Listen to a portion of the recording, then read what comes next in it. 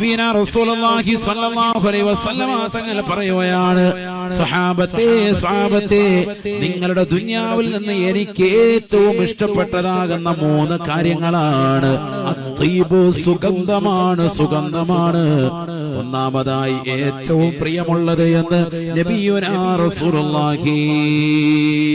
രണ്ടാമതായി അല്ലാഹുവിന്റെ റസൂൽ പറയുകയാണ്, വന്നിസാഉ എന്റെ ഭാര്യമാരാണ്. എന്റെ പ്രിയപ്പെട്ട ഭാര്യമാരോട് എനിക്ക് വല്ലാത്ത പ്രിയമാണ്, എനിക്ക് വല്ലാത്ത ഇഷ്ടമാണ്, താല്പര്യമാണ്.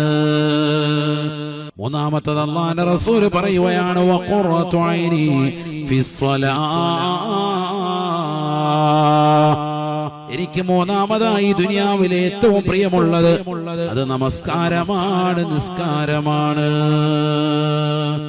നിസ്കാരത്തിൽ കൺകുളിർമയാകലാണ് ഹബീബ് മുഹമ്മദ് മുസ്തഫ.